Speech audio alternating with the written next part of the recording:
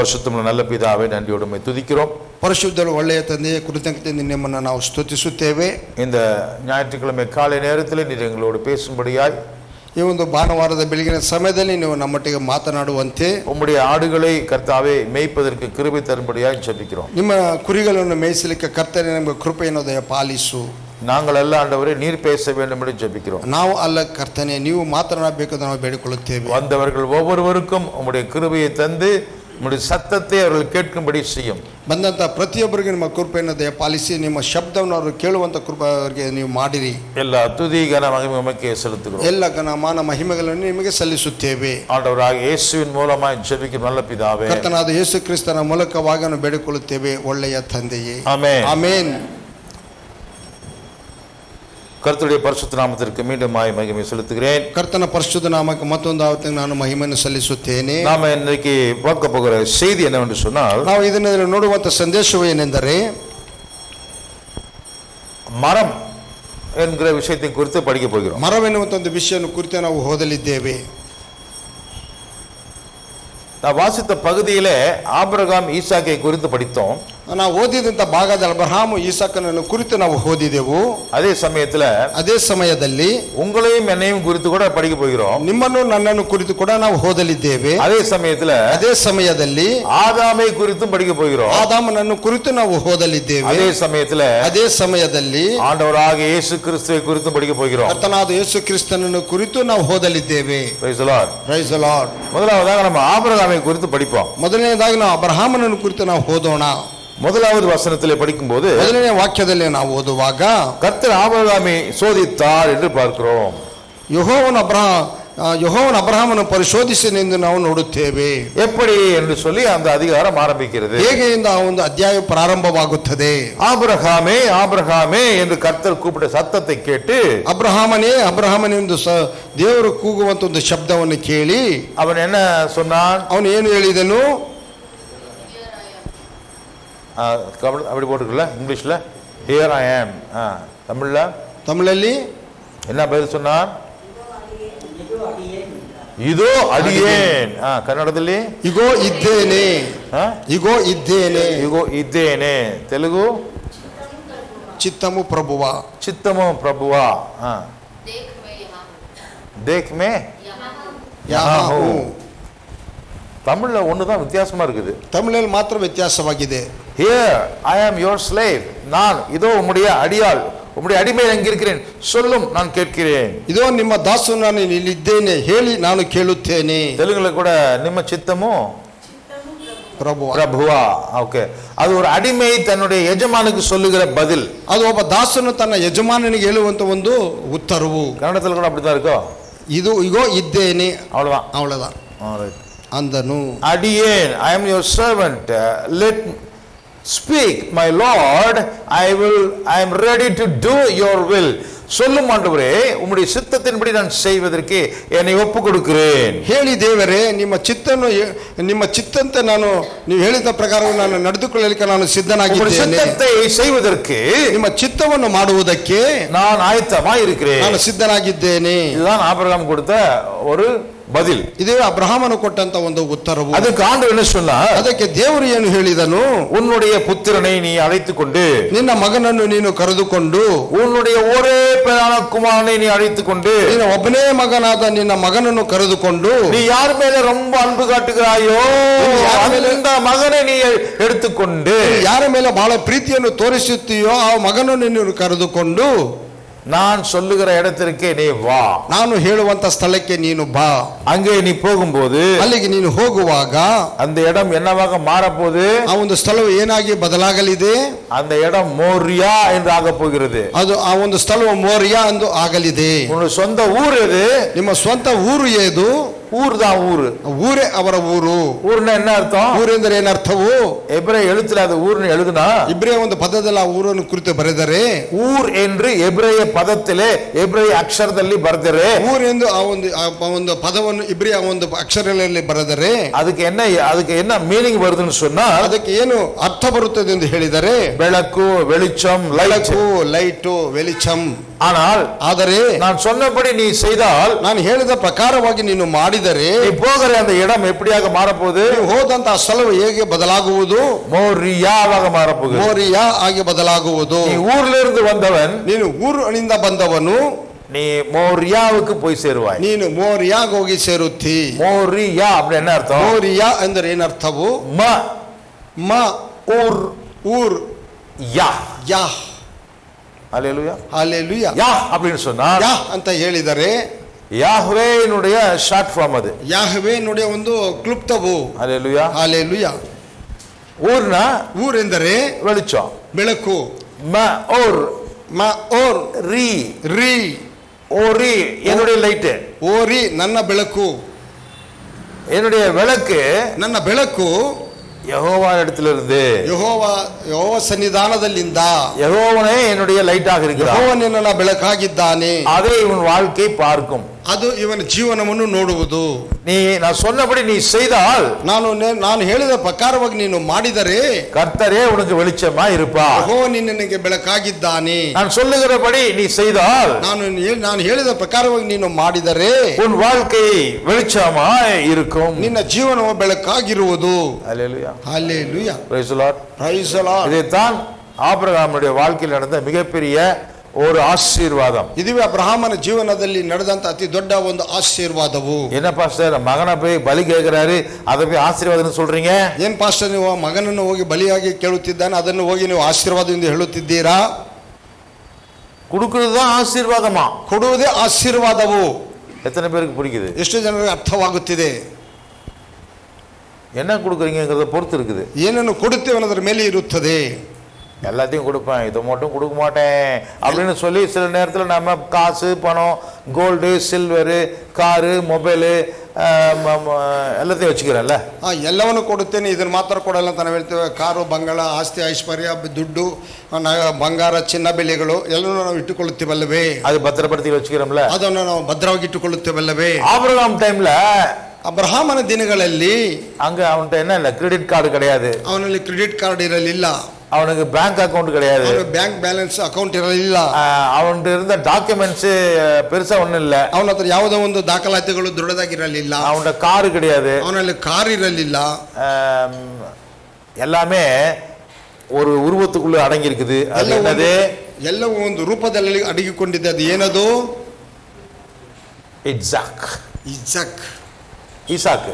ஈசாக். ஈசாக்கு தான். ஈசாக்கனே. ஈசாக்கு தான். ஈசாக்கனே. எல்லா விதமான ஆசீர்வாதங்களுக்கும் சுதந்திரவாளி அந்த ஈசாக்கு தான். ಎಲ್ಲಾ ವಿಧವಾದಂತ ಆಶೀರ್ವಾದಗಳಿಗೆ ಸ್ವತಂತ್ರವಾಳಿಯು ಆ ಈಸಾಕನೇ. அந்த ஈசாக்கை தான் அவன் பாதுகாக்கிறான். ಆ ಈಸಾಕನೇ ಆತನು ಕಾಪಾಡುತ್ತಿದ್ದಾನೆ. அந்த ஈசாக்கை விட்டு விடுவதற்கு, விட்டு கொடுப்பதற்கு மனதில்லை. ಆ ಈಸಾಕನನ್ನು ಬಿಟ್ಟು ಕೊಡುವುದಕ್ಕೆ ಅವನಿಗೆ ಮನಸ್ಸಿಲ್ಲ. அல்லேலூயா. ஹல்லேலூயா. சில பேருக்கு ஈசாக்கை விட அவங்களுடைய தாய் தகப்பனை பத்திரமாக வைத்துக் கொள்வாங்க, எங்கேயும் அனுப்ப மாட்டாங்க. ಕೆಲವರು ತಮ್ಮ ಈಸಾಕನಿಗಿಂತಲೂ ಅವರ ತಂದೆ ತಾಯಿಗಳನ್ನು ಭದ್ರವಾಗಿ ಇಟ್ಟುಕೊಳ್ಳುತ್ತಾರೆ, ಎಲ್ಲಿಗೂ ಕಳಿಸಿಕೊಡುವುದಿಲ್ಲ. இல்ல ஈசாக்கனுக்கு இல்ல, ஈசாக்கை போல ಈಸಾಕನಂತೆ ஆபிரகாமுக்கு ஈசாக்கு ரொம்ப முக்கியம் இல்லையா? ಅಬ್ರಹಾಮನಿಗೆ ಈಸಾಕನ ಬಹಳ ಮುಖ್ಯ ಹೌದಲ್ಲವೇ? போல ಅದರಂತೆ சில பேருக்கு அப்பா அம்மா ரொம்ப முக்கியமா இருப்பாங்க, ಅವರಿಗೆ ತಂದೆ ತಾಯಿ ಬಹಳ ಮುಖ್ಯವಾಗಿರುತ್ತಾರೆ. சில பேருக்கு பொண்ணு பொருள் காசு முக்கியமா இருக்கும், ಅವರಿಗೆ ವಸ್ತುಗಳು, ಐಶ್ವರ್ಯವು, ಆಸ್ತಿ, ಚಿನ್ನ ಬೆಳ್ಳಿ ಮುಖ್ಯವಾಗಿರುತ್ತದೆ. சில பேருக்கு ஆஸ்தி பாஸ்தி சந்தோஷம் ஃப்ரெண்ட்ஸ் ரொம்ப முக்கியமா இருக்கும். ಆಸ್ತಿ ಪಾಸ್ತಿ, ಸ್ನೇಹಿತರು, ಫ್ರೆಂಡ್ಸ್ ಬಹಳ ಮುಖ್ಯವಾಗಿರುತ್ತಾರೆ. அவங்கள பத்தி ஏதாவது சொன்ன நான் மனுஷனாவே இருக்க மாட்டேன்னு சொல்லி பழிக்கு பழி வாங்கிடுவாங்க. ಅವರನ್ನು ಕುರಿತು ಏನಾದ್ರು ಹೇಳಿದ್ರೆ ನಾನು ಸುಮ್ಮನೆ ಇರುವುದರಲ್ಲಿ ಒಂದು ಸೇಡಿಗೆ ಸೇಡು ತೀರಿಸಿಕೊಳ್ಳುತ್ತಾರೆ. அவங்களை விட்டு கொடுக்க முடியாது, ಅವರನ್ನು ಬಿಟ್ಟುಕೊಡಲಿಕ್ಕೆ ಸಾಧ್ಯವಿಲ್ಲ. அந்த மாதிரி தான் ಪ್ರೊಟೆಕ್ಟಿವ್ இருக்கிறாரு யாரு? நம்ம ஆபிரகாம். ಆ ವಿಧವಾಗಿ ಅವನನ್ನು ರಕ್ಷಿಸಿಕೊಂಡಿದ್ದಾನೆ ನಮ್ಮ ಅಬ್ರಹಾಮನು. அதாவது ஆபிரகாமுடைய பிடியிலே ஈசாக்கு பாதுகாப்பாக இருக்கிறான். ಅಂದ್ರೆ ಅಬ್ರಹಾಮನ ಹಿಡಿತದಲ್ಲಿ ಈಸಾಕನು ಬಹಳ ಸುರಕ್ಷಿತವಾಗಿದ್ದಾನೆ. ஈசாக்கு வந்து ரொம்ப விலையேறப்பட்டவனாக ஆபிரகாமுடைய கண்களிலே இருக்கிறான். ಈಸಾಕನು ಬಹಳ ಬೆಲೆ ಬಾಳುವಂತವನಾಗಿ ಅಬ್ರಹಾಮನ ಕಣ್ಣುಗಳಲ್ಲಿ ಇದ್ದಾನೆ. அப்பொழுது கர்த்தர் பார்க்கிறார், ಆವಾಗ ಯೆಹೋವನು ನೋಡುತ್ತಾನೆ, நீ என்னை ஆராதிக்கிற மாதிரி தெரியலையே, ನೀನು ನನ್ನನ್ನು ಆರಾಧಿಸುವಂತ ಕಾಣುತ್ತಿಲ್ಲವಲ್ಲ, கவனம் வேற பக்கம் போயிருச்சே, ಗಮನವಲ್ಲ ಬೇರೆ ಕಡೆ ಹೋಗಿದೆಯಲ್ಲ, உன் பையனை நீ விட்டு கொடுக்க மாட்டேங்கிற, ನಿನ್ನ ಮಗನನ್ನು ನೀನು ಬಿಟ್ಟು ಕೊಡುತ್ತಿಲ್ಲ, உன் பையனை சுத்தி சுத்தி வர, ನಿನ್ನ ಮಗನ ಸುತ್ತಲೇ ನೀನು ಸುತ್ತಿ ಬರುತ್ತಿದ್ದೀಯಾ, உன் மகனுக்கு சப்போர்ட் பண்ணிட்டே இருக்கிற, ನಿನ್ನ ಮಗನಿಗೆ ನೀನು ಸಹಾಯಕನಾಗಿ ಇದ್ದೇ ಇದ್ದೀಯಾ, உன் மகனுக்கு எதுவும் கெட்டது ஆயிடக்கூடாதுன்னு நினைக்கிற, ನಿನ್ನ ಮಗನಿಗೆ ಯಾವುದೋ ಒಂದು ಕೇಡು ಆಗಬಾರದು ಎಂದುಕೊಳ್ಳುತ್ತೀಯಾ, மகனை நீ ரொம்ப பாதுகாக்கிற, ಮಗನನ್ನು ಬಹಳ ನೀನು ಕಾಪಾಡಿಕೊಂಡಿದ್ದೀಯಾ, காலையிலிருந்து இரவு வரைக்கும் அவனை பத்தியே யோசிக்கிற, ಬೆಳಗ್ಗೆಯಿಂದ ರಾತ್ರಿವರೆಗೂ ಅವನನ್ನು ಕುರಿತು ಯೋಚನೆ ಮಾಡುತ್ತೀಯಾ, அவன் மேலேயே கண்ணு வச்சு பாதுகாக்கிற, ಅವನ ಮೇಲೆ ನಿನ್ನ ಕಣ್ಣಿಟ್ಟು ನಿನ್ನನ್ನು ಕಾಪಾಡಿಕೊಳ್ಳುತ್ತಿದ್ದೀಯಾ. இதுக்கு என்னப்பா பேரு? ಇದಕ್ಕೆ ಏನು ಹೆಸರು? இதான் வர்ஷிப். ಇದುವೇ ಆರಾಧನೆಯು. நீ யாரை ஆராதிக்கிறாய்? ನೀನು ಯಾರನ್ನು ಆರಾಧಿಸುತ್ತೀ? உனக்கு பிடிச்ச உன்னுடைய புத்திரனை, உன்னுடைய ஏக சுதனை, நீ யார் மேல ரொம்ப பிரியமா இருக்கிறியோ அவனைத்தான் நீ சுத்தி சுத்தி யோசிக்கிறாய், நீ ஆராதிக்கிறாய். ನಿನಗೆ ಇಷ್ಟವಾದಂತ ನಿನ್ನ ಏಕ ಮಗನನ್ನು ಅವನ ಸುತ್ತಲೇ ನೀನು ಸುತ್ತಿ ಅವನನ್ನೇ ಕುರಿತೇ ನೀನು ಯೋಚನೆ ಮಾಡುತ್ತಿರುತ್ತೀ. இந்த வசனத்துல 3 வார்த்தைகள் அருமையா போட்டிருக்கு. ஒன்னு உன் புத்திரன், ಒಂದು ನಿನ್ನ ಮಗನು, இரண்டாவது உன் ஏக சுதன், ನಿನ್ನ ಒಬ್ಬನೇ ಮಗನು, மூன்றாவது நீ நேசிக்கக்கூடிய உனக்கு பிரியமான மகன். ಮೂರನೇದಾಗಿ ನಿನ್ನ ಪ್ರಿಯನಾಗಿರೋ ಒಬ್ಬನೇ ನಿನ್ನ ಮಗನು. ஏன் இந்த மாதிரி 3 தடவை சொல்றாரு? ಏಕೆ ಈ ವಿಧವಾಗಿ 3 ಸಾರಿ ಇದನ್ನು ಕುರಿತು ಹೇಳುತ್ತಾನೆ? உன் புத்திரன் மட்டும் சொல்லியிருந்தால், ನೀನು ಪುತ್ರನು ಅಂದ ಮಾತ್ರ ಹೇಳಿದ್ದರೆ, ஆபிரகாமுக்கு நிறைய பிள்ளைங்க பிறந்தாங்க தெரியுமா உங்களுக்கு? ಅಬ್ರಹಾಮನಿಗೆ ಅನೇಕ ಮಕ್ಕಳು ಹುಟ್ಟಿದ್ರು, ನಿಮಗೆ ಗೊತ್ತುಂಟಾ? ಗೊತ್ತುಂಟಾ? ತಿಂಟಾ அதான் தெரியுமா? ಗೊತ್ತುಂಟಾ? తెలుసునా? தெரியாதா? நம்ம சபை என்னைக்குமே வளரவே வளராது. நான் முதல்ல மைசூருக்கு வரும்போது எப்படி இருந்தாங்களோ அதே மாதிரி தான். ಮೊದಲು ನಾನು ಮೈಸೂರಿಗೆ ಹೇಗೆ ಬಂದನೋ ಇವಾಗಲೂ ಅದೇ ತರ ಇದ್ದಾರೆ. ಅಬ್ರಹಾಮನಿಗೆ ஒரு மனைவி இல்ல, ஒரு மனைவிக்கு மேல இருந்தாங்க. ಒಬ್ಬ ಹೆಂಡತಿ ಅದಕ್ಕಿಂತ ಮಿಗಿಲಾಗಿದ್ದರು. எத்தனை பேருக்கு தெரியும் அங்க இருக்கவங்களுக்கு? ಎಷ್ಟು ಜನರಿಗೆ ಗೊತ್ತುಂಟು ಅಲ್ಲಿ ಕುಳಿತಿರುವವರಿಗೆ? ஜான், நீ கை தூக்காத. ಹೇಳಮ್ಮ. బిందు చెప్పమ్మా, ఎవరు ఆయన భార్యలో? அத்தனை பேர்ல ஒரே ஒரு ஆளு தான் கை தூக்குறாங்க. ரைட் அப்படின்னா தெரியலன்னு அர்த்தம். ரைட், பேர் தெரியாது, ஆனா நிறைய பேர் இருந்தாங்க. ಹೆಸರು ಗೊತ್ತಿಲ್ಲ, ಅನೇಕರು ಇದ್ದಾರೆ ಅಂತ ಗೊತ್ತು. ஆபிரகாமுக்கு பிள்ளைகள் சாராள் வழியாக மட்டும்தான் பிறந்துச்சா? ಅಬ್ರಹಾಮನಿಗೆ ಮಕ್ಕಳು ಸಾರಾಳ ಮೂಲಕ ಮಾತ್ರ ಹುಟ್ಟಿತೆ. வேறு யாரப்பா? ಬೇರೆ ಯಾರು? அதுதானா பாஸ்டர் தெரியல. ಹಾಗಾರು ನೀನು ಅಲ್ಲ, ಅದಕ್ಕೆ ಮುಂಚೆ ಒಂದು ಮಾಯ ಹೆಸರು ಹೇಳಿದೆ, ಶಿಲ್ಪಾ. புதுசா கல்யாணம் பண்ணி வச்சுருப்பா. என்கிட்ட சொல்றாரு போன வாரத்துல, உங்களுக்கு 60ஆம் கல்யாணம் இல்லை, எப்போ சாந்தி முகூர்த்தம் கேட்கிறாரு. சாந்தி எல்லாம் ஆகி போச்சே, எல்லாம் 3 பிள்ளைகளும் பெற்று சந்தோஷமா வளர்ந்துட்டாங்க. ಶಾಂತಿ ಮೂರ್ತಿ ಎಲ್ಲ ಮುಗಿದೋಗಿ 3 ಜನ ಮಕ್ಕಳು சாந்தமாயிட்டேன், ஃபுல்லா சாந்தமாயிட்டேன். ಶಾಂತನಾದೇನು ನಾನು. அல்லேலூயா, அல்லேலூயா, ஸ்தோத்திரம் ஐயா. இப்ப ஆபிரகாமுக்கு இன்னொரு மனைவியை தேடுறாரு, சில்பான்னு சொல்லி. ஜில்பால் ಅಂದ್ಬಿಟ್ಟು, சில்பா கல்பாலாம் கப்ஸ் அடிக்காதீங்க, இருக்கிற மனைவியே தாங்க முடியாது போயிட்டாரு அவரு. ಇರುವಂತ ಹೆಂಡತಿಗಳ ಸಾಕಂದ ಆತನ ಬಿಟ್ಟು ಓಡಿ ಹೋದನು. ஆகார்னு சொல்லி ஒரு அடிமை பெண்ணு அவருக்கு பிள்ளையை பெற்று கொடுத்தார். ಆಗಾರಲ್ಲಿಂತ ಒಬ್ಬ ದಾಸಳು ಅವನಿಗೆ ಒಂದು ಮಗುವನ್ನು ಎತ್ತು ಕೊಟ್ಟಳು. ಅವನು ಕೂಡ புத்திரன் தானே, ಅವನು ಕೂಡ ಮಗನೇ ಅಲ್ಲವೇ? கெத்துரால் வழியாக அநேகர் பிறந்தார்கள். ಕೆತುರಳ ಮೂಲಕವಾಗಿ ಅನೇಕರು ಹುಟ್ಟಿದರು. அவர்களில் ஒருத்தன் தான் மீடியான். ಅವರಲ್ಲಿ ಒಬ್ಬನೇ ಮಿದಿಯಾನನು. அவன் கூட ஆபிரகாமுக்கு புத்திரன் தானே. ಅವನು ಅಬ್ರಹಾಮನಿಗೆ ಮಗನಲ್ಲವೇ? ஆமாவா இல்லையா? ಹೌದಾ ಇಲ್ಲವೇ? புத்திரன் மட்டும் சொல்லியிருந்தா அது இஸ்மாயேலை சொல்லியிருக்கலாம். ಪುತ್ರನೆಂದು ಹೇಳಿದ್ದಾರೆ, ಅವನು ಇಸ್ಮಾಯಿಲನ್ನು ಕುರಿತು ಹೇಳಬಹುದಾಗಿತ್ತು, அல்லது மீதியானை குறித்து சொல்லியிருக்கலாம், ಕುರಿತು ಹೇಳಬಹುದಾಗಿತ್ತು. எத்தனை பேர் இருந்தாங்க, ಎಷ್ಟೋ ಜನರಿದ್ದರು. கெத்துரால் இல்லாம இன்னும் அநேக மறுமனையாட்டிகள், ಕಿತುರಲ್ಲಿ ಅಲ್ಲದೆ ಬೇರೆ ದಾಸಿಯರು ಕೂಡ ಇದ್ದರು, ಹೆಂಡತಿಯರಾಗಿ ಉಪಪತ್ನಿಯರಿದ್ದರು. அவங்க பேர் கூட நமக்கு எழுதல, ಅವ್ರ ಹೆಸರುಗಳು ಕೂಡ ಇಲ್ಲಿ ಬರೆದಿಲ್ಲ. அவங்களுக்கு பிறந்த பிள்ளைகளை பத்தி நமக்கு தெரியாது, ಅವ್ರಿಗೆ ಹುಟ್ಟಂತ ಮಕ್ಕಳನ್ನು ಕುರಿತು ನಮಗೆ ತಿಳಿಯದು. ஆனால் ஊரா ஜனங்களை பெத்தெடுத்தாரு ஆபிரகாம். ಊರಲ್ಲೆಲ್ಲ ಅಬ್ರಹಾಮನ ಮಕ್ಕಳನ್ನು ಪಡೆದುಕೊಂಡನು. அவருக்கு வாழ்க்கையில அதிகமா செஞ்ச வேலை இதுதான், ಪ್ರೊಡಕ್ಷನ್. ಅವರ ಜೀವನದಲ್ಲಿ ಅಧಿಕವಾಗಿ ಮಾಡಿದಂತ ಒಂದು ಕೆಲಸವೆಂದರೆ ಈ ಪ್ರೊಡಕ್ಷನ್, ಮಕ್ಕಳನ್ನು ಉತ್ಪತ್ತಿ ಮಾಡುವುದು. Hallelujah, hallelujah. 100 ವರ್ಷ வரைக்கும் ஒண்ணுமே ರಿಸಲ್ಟೇ ಇಲ್ಲ. 100 ವರ್ಷದರೂ ಯಾವುದೇ ಒಂದು ಫಲಿತಾಂಶವೂ ಇಲ್ಲ. 100 வருஷத்துக்கு மேல வேற வேலையே கிடையாது, இதுதான் வேலை. 100 ವರ್ಷದಲ್ಲಿ ಬೇರೆ ಕೆಲಸವೇ ಇಲ್ಲ, ಇದೇ ಕೆಲಸ. வாரம் பூரா பர்த்டே, மாசம் பூரா பர்த்டே, யாராவது ஒரு பிள்ளைங்க பிறந்துட்டே இருப்பாங்க. ವಾರ ಪೂರ್ತಿ ಬರ್ತ್ಡೇ, ತಿಂಗಳೆಲ್ಲ ಬರ್ತ್ಡೇ, ಯಾರದೋ ಒಬ್ಬರು ಬರ್ತ್ಡೇ ಇದ್ದೇ ಇರುತ್ತದೆ. அல்லேலூயா. ஹalleluya. ஆபிரகாமுடைய அந்த டேராவுக்குள்ள, அந்த கூடாரத்துக்குள்ள எல்லாருமே ஃபாதர் ஏப்ரஹாம், ஃபாதர் ஏப்ரஹாம், அப்பா அப்பா அப்பா அப்பா அப்பா அப்பா அப்பா அப்பா அப்பா, அப்படியே எக்கச்சக்கமான குழந்தைங்க அவரை சுத்தி சுத்தி வந்துட்டு இருப்பாங்க. ಅಬ್ರಹಾಮನ ಗುಡಾರದಲ್ಲಿ ತಂದೆಯಾದ ಅಬ್ರಹಾಮನೇ, ತಂದೆಯಾದ ಅಬ್ರಹಾಮನೇ, ತಂದೆಯಾದ ಅಬ್ರಹಾಮನೇ ಅವನು ಸುತ್ತಲೂ ಯಾವಾಗಲೂ ಸುತ್ತಕೊಂಡಿರುತ್ತಿದ್ದರು. அல்லேலூயா. ஹalleluya. அதுல ஒரு பையனை கொண்டு போய் கொடுக்கலாம்னு சொல்லி யோசிச்சிருக்கலாம் இல்லையா? ಅದರಲ್ಲಿ ಒಬ್ಬನನ್ನು ಕರೆದುಕೊಂಡು ಹೋಗಿ ಅಲ್ಲಿ ಬಲಿಯಾಗಿ ಕೊಡಬಹುದು ಎಂದು ಯೋಚನೆ ಮಾಡಬಹುದಾಗಿತ್ತಲ್ಲವೇ? ஆபிரகாம் அநேக பிள்ளைகளுக்கு தகப்பன், ಅಬ್ರಹಾಮನ ಅನೇಕ ಮಕ್ಕಳಿಗೆ ತಂದೆಯು. அதனாலதான் அவருக்கு பேரு அப்ராம்னு இருந்த பேரு அப்ரஹாம் என்று மாற்றப்பட்டது. ಅದರಿಂದ ಅವನ ಹೆಸರು ಅಬ್ರಾಮ್ ಅಂತ ಇದ್ದಂತ ಹೆಸರು ಅಬ್ರಹಾಮನು ಎಂದು ಬದಲಾಯಿಸಲ್ಪಟ್ಟಿತು. அப்ராம் அப்படின்னு சொன்னா, ಅಬ್ರಾಮ್ ಅಂತ ಹೇಳಿದರೆ ஒரு பிரசித்தி பெற்ற, புகழ் பெற்ற ஒரு அப்பான்னு அர்த்தம். ಪ್ರಸಿದ್ಧವಾದಂತ ಒಬ್ಬ ತಂದೆ ಎಂದು ಅರ್ಥವು. பேருக்கு அப்பா, ತಮ್ಮ ಹೆಸರಿಗೆ ಅಪ್ಪ, அவ்வளவுதான், ಅಷ್ಟೇ. ஆனா நடுவில் என்ன பண்ண ஆண்டவரு? ಮಧ್ಯದಲ್ಲಿ ದೇವರು ಏನು ಮಾಡಿದನು? எபிரேய எழுத்துல ஒரு எழுத்து, ಇಬ್ರೇ ಒಂದು ಅಕ್ಷರದಲ್ಲಿ ಒಂದು ಅಕ್ಷರವು அவனுடைய வாழ்க்கையிலே மிஸ் ஆயிருந்தது. ಅವನ ಜೀವನದಲ್ಲಿ ಅದು ಮಿಸ್ ಆಗೋಗಿದ್ದಿತ್ತು, ಕಳೆದು ಹೋಗಿದ್ದಿತ್ತು.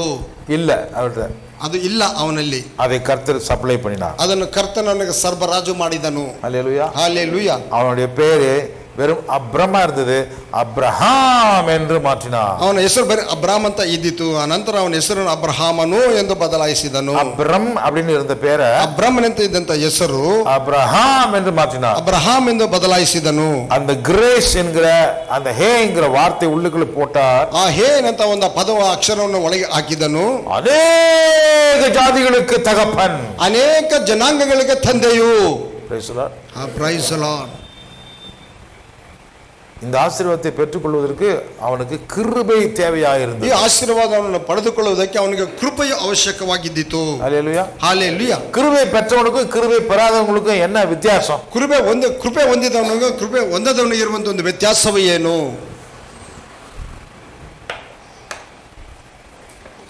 சொல்லுங்க பக்கம். ಹೇಳಿ ನೋಡೋಣ.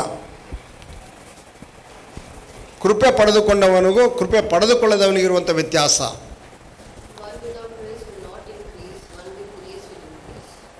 ஓகே, ಇನ್ನು யாராவது?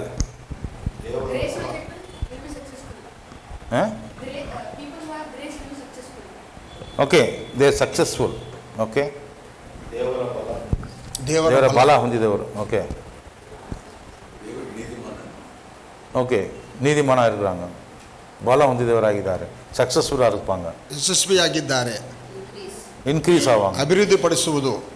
கிருபை பெற்றவனுக்கும் கிருபை பெறாதவனுக்கும் ஒரு சின்ன வித்தியாசம். ಕೃಪೆ ಹೊಂದಿದವನಿಗೂ ಕೃಪೆ ಹೊಂದದವನಿಗೂ ಒಂದು ಚಿಕ್ಕ ವ್ಯತ್ಯಾಸವು. மரியாளுக்கும் நமக்கு இருக்கிற வித்தியாசம் தான். ಮರಿಯಲಿಗೂ ನಮಗಿರುವಂತ ವ್ಯತ್ಯಾಸವೇ. கிருபை பெற்றவளே வாழ்க. ಕೃಪೆ ಹೊಂದಿದವಳೇ. அவன் என்ன, அவள்கிட்ட என்ன விசேஷம் தெரியுமா? ಅವಳು ಇದ್ದಂತ ವಿಶೇಷವೇನು ಗೊತ್ತುಂಟೆ? தன்னுடைய முழு வாழ்க்கையும் தன்னுடைய கர்ப்பத்தையும் சேர்த்து கர்த்தருக்கு கொடுத்து விட்டாள். ತನ್ನ ಸಂಪೂರ್ಣ ಜೀವನವನ್ನು, ತನ್ನ ಗರ್ಭವನ್ನು ಕೂಡ ದೇವರಿಗೆ ಕೊಟ್ಟಳು. தன்னுடைய கற்பு தப்பா பேசப்படும் என்று தெரிந்திருந்தாலும் அதையும் சேர்த்து கர்த்தருக்காக விட்டு கொடுத்து விட்டாள். ತನ್ನನ್ನು ಕುರಿತು ತನ್ನ ಒಂದು ಕರ್ಪು வெர்ஜினிட்டி, ಶೀಲವನ್ನು ಕುರಿತು ತಪ್ಪಾಗಿ ಮಾತನಾಡುತ್ತಿದ್ದರೂ ಕೂಡ ಅದನ್ನು ಕೂಡ ಆಕೆ ಸಮರ್ಪಿಸಿದಳು. கிருபை பெற்றவர்களால தான் அப்படி கொடுக்க முடியும். ಕೃಪೆಯನ್ನು ಹೊಂದಿದವರಿಂದಲೇ ಅವಿಧವಿಗೆ ಕೊಡಲಿಕ್ಕೆ ಸಾಧ್ಯವು. கிருபை பெறாதவர்கள் தரித்திரர்கள் கொடுக்க மாட்டாங்க. ಕೃಪೆಯನ್ನು ಹೊಂದದವರು ದರಿದ್ರರು, ಅವರು ಕೊಡುವುದೇ ಇಲ್ಲ. டைம் கொடுக்க மாட்டாங்க, ಸಮಯ ಕೊಡುವುದಿಲ್ಲ, முக்கியமானதெல்லாம் கொடுக்க மாட்டாங்க, ಮುಖ್ಯವಾದದನ್ನು ಕೊಡುವುದಿಲ್ಲ. தனக்காகவே வச்சுக்குவாங்க. ತನಗಿಂದ ತನಗಾಗಿಯೇ ಇಟ್ಟುಕೊಳ್ಳುವರು. சபைக்கும் கொடுக்க மாட்டாங்க, ಸಭೆಗೂ ಕೊಡುವುದಿಲ್ಲ, தரித்திரருக்கும் கொடுக்க மாட்டாங்க, ದರಿದ್ರರಿಗೂ ಕೊಡುವುದಿಲ್ಲ, கர்த்தருக்கும் கொடுக்க மாட்டாங்க, ದೇವರಿಗೂ ಕೊಡುವುದಿಲ್ಲ, காது கொடுக்க மாட்டாங்க, ಕಿವಿ ಕೊಡುವುದಿಲ್ಲ, இருதயத்தை கொடுக்க மாட்டாங்க, ಹೃದಯವನ್ನು ಕೊಡುವುದಿಲ್ಲ. அவங்க வாழ்க்கையில என்ன இல்ல? ಅವರ ಜೀವನದಲ್ಲಿ ಏನಿಲ್ಲ? ஹே இல்ல, ಹೇ ಇಲ್ಲ, ஹே ಹೇ ஹே இருக்குதா? இருக்குதா?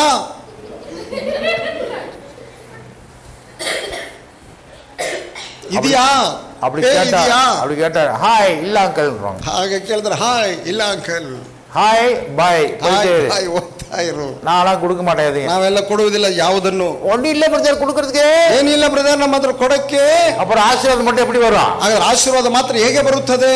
ஆபிரகாம் மட்டும் ஆண்டவர் கேட்டாரு. ಅಬ್ರಹಾಮನಲ್ಲಿ ದೇವರು ಕೇಳಿದನು, உன் புத்திரனை, ನಿನ್ನ ಮಗನನ್ನು, ಪ್ರೀತಿಯ ಮಗನನ್ನು, ಪ್ರಿಯ ಮಗನನ್ನು. ஹலோ, உன் புத்திரனை மட்டும் தான் சொன்னேன். ನಿನ್ನ ಮಗನನ್ನು அப்படின்னு சொன்னா ಹಾಗೆಂದು ಹೇಳಿದರೆ அது இஸ்மவேலா இருக்கலாம், ಅದು ಇಸ್ರೇಲ್ ಆಗಿರಬಹುದು, இஸ்மவேலா இருக்கலாம், ಆಗಿರಬಹುದು, அல்லது ಇಲ್ಲವೇ யாரு வேணாலும் இருக்கலாம், ಬೇರೆ ಯಾರಾದರೂ ಇರಬಹುದು. அந்த கூடாரத்துல பிறந்த எத்தனை பிள்ளைல ஒருத்தரா இருக்கலாம். ಆ ಗುಡಾರದಲ್ಲಿ ಹುಟ್ಟಿದ ಎಷ್ಟೋ ಮಕ್ಕಳಲ್ಲಿ ಒಬ್ಬರಾಗಿರಬಹುದು. ஆனால் அவர் சொல்லும் போது, ಆದ್ರೆ ಆತನು ಹೇಳುವಾಗ உன்னுடைய ஒரே பேரான மகன் சொன்னா அது யாரு?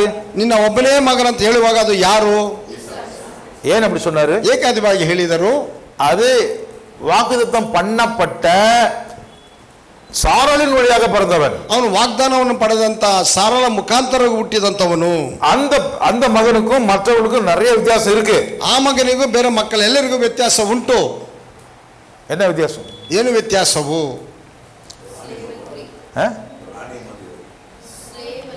ராணி மாதிரி, ஸ்லேவ் அண்ட் ஃப்ரீ. கரெக்ட். அடிமைத்தனத்திலிருந்து வர்றவ அவ அந்நிய பெண்ணு. ದಾಸತ್ವದಿಂದ ಬಂದವಳು ಅನ್ಯ ಸ್ತ್ರೀಯವಳು. அந்த பிளட் லைனே வேற. ಆ ಒಂದು ರಕ್ತದ ಸಂಬಂಧವೇ ಬೇರೆ. அது எகிப்திய ரத்தத்திலிருந்து வந்த பெண். ಅದು ಐಗುಪ್ತದಿಂದ ಬಂದಂತ ರಕ್ತದ ಒಂದು ಸಂಬಂಧವದು. கெத்ரோலும் அப்படிதான். ಕೆತುರಳು ಹಾಗೆಯೇ. அவள் யூத பெண்ணு கிடையாது. ಅದು ಯಹೂದಳು ಅಲ್ಲ ಅವಳು. ஆனால் சாராலும் ஆபிரகாமும் நெருங்கின சொந்தம். ಆದ್ರೆ ಆ ಸಾರಳು ಅಬ್ರಹಾಮನು ನಿಕಟವಾದ ಸಂಬಂಧವು. அந்த ஒரே ரத்தத்திலிருந்து பிறந்தவன் தான். ಆ ಒಂದು ರಕ್ತದಿಂದ ಹುಟ್ಟಿದವನೇ யாரு? ಯಾರು? ஈசாக்கனு. அதனால ಆದ್ದರಿಂದ உன்னுடைய ஒரே பேரான மகன், ನಿನ್ನ ಒಬ್ಬನೇ ಮಗನು, உன்னுடைய ரத்தத்திலே முழுமையாக பிறந்தவன், ನಿನ್ನ ರಕ್ತದಲ್ಲಿ ಸಂಪೂರ್ಣವಾಗಿ ಹುಟ್ಟಿದವನು, தாயின் வழியாகவும் தந்தை வழியாகவும் ஈசாக்கு சம்பந்தப்பட்டிருக்கிறார். ತಾಯಿಯ ಮೂಲಕವಾಗಿ ತಂದೆಯ ಮೂಲಕವಾಗಿ ಈಸಾಕನು ಸಂಬಂಧಪಟ್ಟಿದ್ದಾನೆ. அந்த மகன் விசேஷமான மகன். ಆ ಮಗನು ವಿಶೇಷವಾದ ಮಗನು. சாராளுக்கு எத்தனை குழந்தைங்க பிறந்தாங்க? ಸಾರನಿಗೆ ಎಷ್ಟು ಜನ ಮಕ್ಕಳು ಹುಟ್ಟಿದರು? ரெண்டா? ஒரே ஒரு ಒಬ್ಬನೇ ಒಬ್ಬನು. அந்த ஒரே மகன் ஆண்டவர் கொடுன்னு கேட்கிறாரு. ಆ ಒಬ್ಬನೇ ಮಗನನ್ನು ದೇವರು ಕೊಡಲಿಕ್ಕೆ ಕೇಳುತ್ತಿದ್ದಾನೆ. ஏக சுதன் தானே, ನಿನ್ನ ಏಕ ಮಗನು ಪುತ್ರನು ತಾನೇ அப்படின்னு சொன்னா ஆகாருக்கு கூட ஒரே பையன் தானே? ಹಾಗಾದ್ರೆ ಆಗಾರಳಿಗೆ ಒಬ್ಬನೇ ಮಗನಲ್ಲವೇ? இல்லையா? டவுட் பண்றாரு. ஒரு குழந்தை தான் பிரதர். ಅವ್ರು ಒಬ್ಬನೇ ಮಗ. யாருக்கு? ಹಾಗಾರಳು. ஆகாருக்கும் ஒரே பையன் தான். ಹಾಗಾರಳಿಗೆ ಒಬ್ಬನೇ ಮಗನು. ಆದರೆ சரி, இஸ்மேல கொடுக்கலாம் சொல்லி நினைக்கலாம். ಸರಿ, ಇಸ್ಮಾಯಿಲನ್ನು ಕೊಡಬಹುದು ಅಂದುಕೊಳ್ಳಬಹುದಾಗಿತ್ತು. ஆண்டவருக்கு சொன்னாரு, ಈ ವಿಧವಾಗಿ ಹೇಳಿದನು, நீ இஸ்மவேலை அவ்வளவா நேசிக்கலையே, ನೀನು ಇಸ್ಮಾಯಿಲನ್ನು ಅಷ್ಟರಾಗಿ ನೀನು ಪ್ರೀತಿಸಲಿಲ್ಲವಲ್ಲ, அவனை வனாந்தரத்துக்கு அனுப்பிச்சு விட்டுட்டியே, ಅವನು ಅರಣ್ಯಕ್ಕೆ ಕಳಿಸಿದೆಯಲ್ಲ, ஆனால் ஈசாக்கை அனுப்ப மாட்டியே, ಆದ್ರೆ ಈಸಾಕ ನಿನ್ನನ್ನು ಕಳಿಸಲಿಲ್ಲವಲ್ಲ. ஹல்லேலூயா, ஹல்லேலூயா. அவனை ரொம்ப பாதுகாக்கிறியே, ಅವನ ಮಾಳ ನೀನು ಕಾಪಾಡಿಕೊಂಡಿದ್ದೀಯಲ್ಲ, அந்த மகனை எனக்கு கொடு, ಆ ಮಗನನ್ನೇ ನನಗೆ ಕೊಡು. நான் அவனுக்கு கொடுக்க முடியாது, என் உயிர், என் மனசு, என் வாழ்க்கையே அவன் தான், கொடுக்க மாட்டேன். ಇಲ್ಲ ಇಲ್ಲ ಇಲ್ಲ, ಅವನು ನನ್ನ ಜೀವ, ನನ್ನ ಪ್ರಾಣ, ನನ್ನ ಜೀವನೇ ಅವನು ಕೊಡಲ್ಲ. அப்படி யாரை நினைக்கிறியோ, ಆ ವಿಧ ಯಾರನ್ನು ಕುರಿತು ನೀನು ನೆನೆಸುತ್ತೀಯೋ கொடு, ಅವನನ್ನು ಕೊಡು. கொடுப்பீங்களா? ಕೊಡ್ತೀರಾ? தைரியம் இருக்கா? ಧೈರ್ಯವಿದೆಯಾ? அந்த மகனை எப்படி கொடுத்தான் தெரியுமா? ಆ ಮಗನು ಹೇಗೆ ಕೊಟ್ಟನು ಗೊತ್ತುಂಟೆ? ஏன் ஆபிரகாமை மிகப்பெரிய ஒரு அப்பாவா பார்க்கிறோம்? ಏಕೆ ಅಬ್ರಹಾಮನ ಅತಿ ದೊಡ್ಡ ಒಬ್ಬ ತಂದೆಯನಾಗಿ ನಾವು ನೋಡುತ್ತೇವೆ. அவன் யாருக்குமே கொடுக்கிறதுக்கு மனசு வராத மிகப்பெரிய ஒரு உயிருக்கு உயிரான ஒன்றை கர்த்தருக்காக கொடுத்தார். கர்த்தரை அதிகமாக நேசித்தான். ಅವನು ಯಾರಿಗೂ ಕೊಡಲಿಕ್ಕೆ ಆಗದಂತ ಒಂದು ಅತಿ ದೊಡ್ಡ ಒಂದು ಪ್ರಾಣವನ್ನು ಯೆಹೋವನಿಗಾಗಿ ಕೊಟ್ಟನು. ಯೆಹೋವನನ್ನು ಅಷ್ಟರ ಮಟ್ಟಿಗೆ ಅವನು ಪ್ರೀತಿಸಿದನು. அந்த மாதிரி அன்பு நம்ம கிட்ட இருந்தா, ಆ ವಿಧವಾದಂತ ಪ್ರೀತಿಯು ನಮಗೆ ಇದ್ದರೆ, என் மனைவி கூட விட்டு கொடுத்துருவேன், ನನ್ನ ಹೆಂಡತಿಯನ್ನು ನಾನು ಬಿಟ್ಟು ಕೊಡುತ್ತೇನೆ. எடுத்துக்கோ ஆண்டவரே, ತೆಗೆದುಕೋ ಆಂಡವರೇ, ದೇವರೇ. என் மகனை எடுத்துக்கங்க ஆண்டவரே, ನನ್ನ ಮಗನನ್ನು ತೆಗೆದುಕೋ ದೇವರೇ. மகளை எடுத்துக்கொள்ளுங்க, ನನ್ನ ಮಗಳನ್ನು ಬೇಕಾದ್ರೂ ತೆಗೆದುಕೊಳ್ಳಿ. என் வீடு வாசல் கார் எல்லாத்தையும் எடுத்துக்கொள்ளுங்க. ನನ್ನ ಮನೆಯನ್ನು, ನನ್ನ ಆಸ್ತಿ ಪಾಸ್ತಿ, ನನ್ನ ಕಾರು ಎಲ್ಲವನ್ನು ತೆಗೆದುಕೊಳ್ಳಿರಿ. என் உயிரே உனக்கு கொடுக்கிறேன், ನನ್ನ ಜೀವವನ್ನೇ ನಿನಗೆ ಕೊಡುತ್ತೇನೆ. உம் சித்தத்தை செய்வதற்குத்தான் நான் தாசனாய் இருக்கிறேன். ನಿಮ್ಮ ಚಿತ್ತವನ್ನು ಮಾಡೋದಕ್ಕಾಗಿ ನಾನು ನಿಮ್ಮ ದಾಸನಾಗಿದ್ದೇನೆ. ದಾಸನು ನಾ ದೇವಾ, ದಾಸನು ನಾ ದೇವಾ, దాసను నా దేవా దాసను నా. ஹல்லேலூயா. ஹல்லேலூயா. இதுதான் இதுவே கர்த்தரை நேசிப்பது, ಯೆಹೋವನನ್ನು ಪ್ರೀತಿಸುವುದು. உன் சித்தம் எதுவோ அதன்படி நான் செய்ய ரெடியா. ನಿಮ್ಮ ಚಿತ್ತ ಯಾವುದು ಅದರ ಪ್ರಕಾರವಾಗಿ ನಾನು ಮಾಡುತ್ತೇನೆ. இப்போ ஆபிரகாம் என்ன பண்றான் பாருங்க. ಈಗ ಅಬ್ರಹಾಮನು ಏನು ಮಾಡುತ್ತಿದ್ದಾನೆ ನೋಡಿರಿ. மகனை எப்படி கொடுக்கிறான் என்று பாருங்கள். ಮಗನನ್ನು ಹೇಗೆ ಕೊಡುತ್ತಾನೆ ಎಂಬುದನ್ನು ನೋಡಿರಿ. ஹல்லேலூயா. ஹல்லேலೂಯಾ. இன்னைக்கு செய்ததுதான் இந்த ಸಂದೇಶ. ಅದು வசனம் 3, ವಾಕ್ಯ 3. ಬೆಳಿಗ್ಗೆ ಅಬ್ರಹಾಮನು ಎದ್ದು ಕತ್ತೆಗೆ ತಡಿ ಹಾಕಿಸಿ ಯಜ್ಞಕ್ಕೆ ಬೇಕಾದ ಕಟ್ಟಿಗೆಯನ್ನು ಓಡಿಸಿ ತನ್ನ ಸೇವಕರಲ್ಲಿ 2 ತನ್ನ ಮಗನಾದ ಈಸಾಕನನ್ನು ಕರೆದುಕೊಂಡು ದೇವರು ಹೇಳಿದ ಸ್ಥಳಕ್ಕೆ ಹೊರಟನು. Early the next morning, Abraham got up and saddled his donkey. He took with him 2 of his servants and his son Isaac. When he had cut enough wood for the burnt offering, he set out for the place God had told him about. கரெக்டாக இவன் வாசிக்கும் போது மட்டும் clarity எனக்கு வர மாட்டேங்குது. ஏன் அப்படி? ரெக்கார்டிங் கரெக்டாக பண்ணுதுப்பா, ஆனால் இங்கே ரூமில் வந்து அவனது வாய்ஸ் கேட்க மாட்டேங்குது. கன்னடா தெலுங்கு. अतः अब्राहम सवेरे तड़के उठा और अपने गधे पर काठी कसकर अपने 2 सेवक और अपने पुत्र इसहाक के संग लिया और होम बलि के लिए लकड़ी चीर ली. तब निकलकर उस स्थान की ओर चला जिसकी चर्चा परमेश्वर ने उससे की थी. ஆபிரகாம் காலையில் எழுந்து தன் கழுதையின் மேல் சேணம் கட்டி தன் வேலைக்காரர் 2 பேரையும் தன் குமாரன் ஈசாக்கையும் கூட்டிக் கொண்டு தகன பலிக்கு கட்டைகளையும் பிளந்து அவசரமே வேண்டாம். கட்டைகளையும் பிளந்து கொண்டு தேவன் தனக்கு குறித்த இடத்திற்கு புறப்பட்டு போனான். ஆமென். తెల్లవారునప్పుడు అబ్రహాము లేచి తన గాడిదకు గంతు కట్టి తన పనివారిలో 2 తన కుమారుడగు ఈసాకును వెంటబెట్టుకొని దహన బలి కొరకు కట్టెలు చీల్చి కట్టెలు చీల్చి లేచి దేవుడి తనతో చెప్పిన చోటికి వెళ్ళెను. ஏன் அந்த வாசி சொன்னா ನಾನು ಓದಲಿಕ್ಕೆ ಹೇಳಿದ್ದೇನೆಂದರೆ ஹிந்தியில் என்ன சொன்ன லக்கடி இல்லையா? லக்கடி. ಕನ್ನಡದಲ್ಲಿ ಕಟ್ಟಿಗೆ, ತೆಲುಗು ಕಟ್ಟೆಲು, ತಮಿಳು கட்டைகள், இங்கிலீஷ் வுட். இது எல்லாமே ஒரு வார்த்தை ஒரு மாதிரி இருக்குது ஒரு பாஷையில இல்ல. ಇಲ್ಲ ಒಂದೊಂದು ಪದವು ಒಂದೊಂದು ಭಾಷೆಯಲ್ಲಿ ಒಂದೊಂದು ವಿಧವಾಗಿದೆ ಅಲ್ಲವೇ? இந்த வார்த்தை வந்து எபிரே ಭಾಷೆಯಲ್ಲಿ என்ன தெரியுமா? ಈ ಒಂದು ಪದ ವಾಕ್ಯಕ್ಕೆ ಇಬ್ರು ಪದದಲ್ಲಿ ಏನು ಅರ್ಥ ಗೊತ್ತುಂಟೆ? ಏಡ್ಸ್ என்று சொன்னால் ಏಡ್ಸ್ ಅಂತ ಹೇಳಿದರೆ ஆதாம் மரங்களுக்குள்ளே மறைந்து கொண்டான் என்று படிக்கிறோமே. ಆದಾಮನು ಮರಗಳ ಮಧ್ಯದಲ್ಲಿ ಅವಿತುಕೊಂಡನ್ನು ನೋಡಿದೆವಲ್ಲ. தேவன் அவனை சந்திப்பதற்காக அந்த ஏதேன் தோட்டத்துக்குள்ளே வருகிறார். ದೇವರು ಅವನನ್ನು ನೋಡುವುದಕ್ಕಾಗಿ ಏದೆನ್ ತೋಟದೊಳಗೆ ದೇವರು ಬರುತ್ತಾನೆ. அவர் வரும் பொழுது தேடிக்கொண்டு வருகிறார். ಅದನ್ನು ಬರುವಾಗ ಹುಡುಕಿಕೊಂಡು ಬರುತ್ತಾನೆ. அவர்கள் அங்கேதான் இருக்கிறாங்க, ಅವರು ಅಲ್ಲೇ ಇದ್ದಾರೆ. மரங்களுக்கு பின்பாக மறைந்து போய்கொண்டிருக்கிறார்கள். ಮರಗಳ ಹಿಂದೆ ಅವರು ಅವಿತುಕೊಂಡು ಅವರು ಹೋಗುತ್ತಿದ್ದಾರೆ. அவரை விட்டு அவர்கள் மறைந்து கொண்டு போகிறார்கள். ಆತನನ್ನು ಬಿಟ್ಟು ಅವರು ಮರೆಯಾಗಿ ಅವಿತುಕೊಂಡು ಹೋಗುತ್ತಿದ್ದಾರೆ.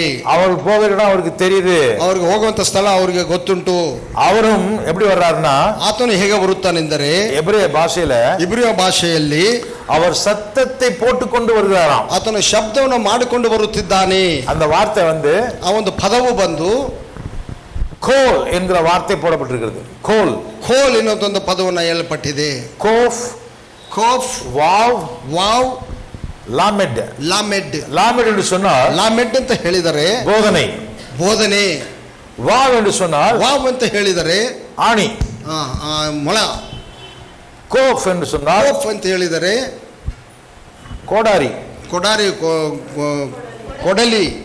அந்த வார்த்தையிலிருந்து வருவதுதான் பரிசுத்தம். ಆ ಒಂದು ಪದಗಳಿಂದ ಬರುವುದು ಪರಿಶುದ್ಧವು. கோடேஷ் அப்படின்னா பரிசுத்தம். ಹಾಗೆಂದರೆ ಪರಿಶುದ್ಧವು.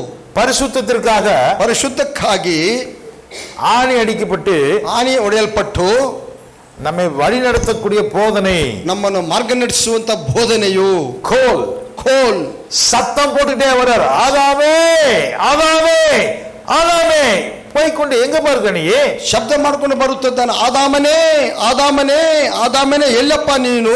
அந்த சத்தத்தை கேட்டுத்தான் அவன் மறைந்து மறைந்து மறைந்து போகிறான். ಆ ಒಂದು ಶಬ್ದವನ್ನು ಕೇಳಿ ಅವನು ಮರೆಯಾಗಿ ಹೋಗುತ್ತಿದ್ದಾನೆ. எதற்கு பின்பாக மறையாகி போனான்? ಹೇಗೆ ಅವನು ಹಿಂದಕ್ಕೆ ಮರೆಯಾಗಿ ಹೋದನು? எதற்கு பின்னாடி மறைஞ்சுக்கிட்டு போனான்? ಹೇಗೆ ಅವನು ಹಿಂದೆ ಅವತ್ತಿಕೊಂಡು ಹೋದನು, ಮರೆಯಾಗಿ ಹೋದನು? ಯಾವುದಕ್ಕೆ ಹಿಂದೆ ಮರೆದುಕೊಂಡು ಹೋದನು? ಯಾವುದರ ಮರೆಯಾಗಿ ಅವನು ಅವತ್ತಿಕೊಂಡು ಹೋದನು?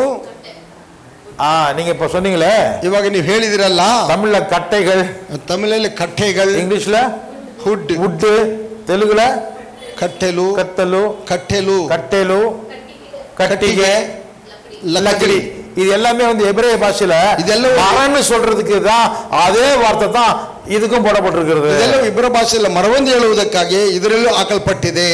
ஆதாமுடைய புத்தி என்ன பண்ணுது? ಆದಾಮನ ಬುದ್ಧಿ ಏನು ಮಾಡುತ್ತಿದೆ? மரங்களை வைத்துக் கொண்டு தன்னை மறைத்து கொள்ளுகிறது. ಮರಗಳನ್ನು ಇಟ್ಟುಕೊಂಡು ತನ್ನನ್ನು ಮರೆ ಮಾಡಿಕೊಳ್ಳುತ್ತಿದ್ದಾನೆ. ஆபிரகாம் என்ன செய்தான்? ಅಬ್ರಹಾಮನು ಏನು ಮಾಡಿದನು? கட்டைகளை எடுத்து ಆ ಒಂದು ಕಟ್ಟಿಗೆಗಳನ್ನು ತೆಗೆದು தன் மகன் மேலேயே வைத்து ತನ್ನ ಮಗನ ಮೇಲೆ ಇಟ್ಟು, அல்லேலூயா, ಹಲ್ಲೆಲೂಯಾ, சிலுவை எடுத்து மகன் மேல போட்டு ಶಿಲುಬೆಯನ್ನು ಮಗನ ಮೇಲೆ ಹಾಕಿ, தூக்கிட்டு வாப்பா, ಎತ್ಕೊಂಡು ನಡಿಯಪ್ಪ, வயசுல கட்டைகளை மகன் மேல வச்சு, ಕಟ್ಟಿಗೆಗಳನ್ನು ಮಗನ ಮೇಲೆ ಇಟ್ಟು, அதை வைக்கும் போது அந்த அந்த இருதயம் எப்படி இருந்திருக்கும்? ಅದನ್ನು ಇಡುವಾಗ ಅವನ ಹೃದಯ ಹೇಗಿರಬಹುದು? ವೇದನೆ. கொலை பண்ணிட்டான், ಕೊಲೆ ಮಾಡಿದನು. அப்பா மகனை என்ன செய்து விட்டான்? ಅಪ್ಪನು ಈ ಮಗನನ್ನೇನು ಮಾಡಿದನು? கொந்தாக்கிது, ಕೊಳೆದನು, ಕೊಲೆ ಮಾಡಿದನು. சிலுவையை எடுத்து மேல வச்சா என்ன அர்த்தம்? ಶಿಲುಬೆಯನ್ನು ಇಟ್ಟು ತೆಗೆದು ಮೇಲೆ ಇಟ್ಟರೆ ಅದರ ಅರ್ಥವೇನು? பலி கொடுக்கக்கூடிய ஆட்டுக்குட்டி மேலேயே அந்த வெயிட்டை ஏற்றிட்டு கொண்டு வராங்க. ಆ ಬಲಿ ಕೊಡುವಂತಹ ಕುರಿಮರಿಯ ಮೇಲೆ ಒಂದು ಆ ಮರವನ್ನು ಆ ಕಟ್ಟಿಗೆಗಳಲ್ಲಿ ಹಾಕಿಕೊಂಡು ಬರುತ್ತಾನೆ. ஈசாக்கை கூட்டிக் கொண்டு போகிறான். ಈಸಾಕನನ್ನು ಕರೆದುಕೊಂಡು ಹೋದನು. கட்டைகளை எடுத்துக்கொண்டு போகிறான். ಕಟ್ಟಿಗೆಗಳನ್ನು ತೆಗೆದುಕೊಂಡು ಹೋದನು. கட்டைகளை தன் மகன் மேலேயே வைக்கின்றான். ಕಟ್ಟಿಗೆಗಳನ್ನು ತನ್ನ ಮಗನ ಮೇಲೆ ಇಟ್ಟನು. அந்த வசனத்தை வாசிப்போம். ಆ ವಾಕ್ಯವನ್ನು ಓದೋಣ.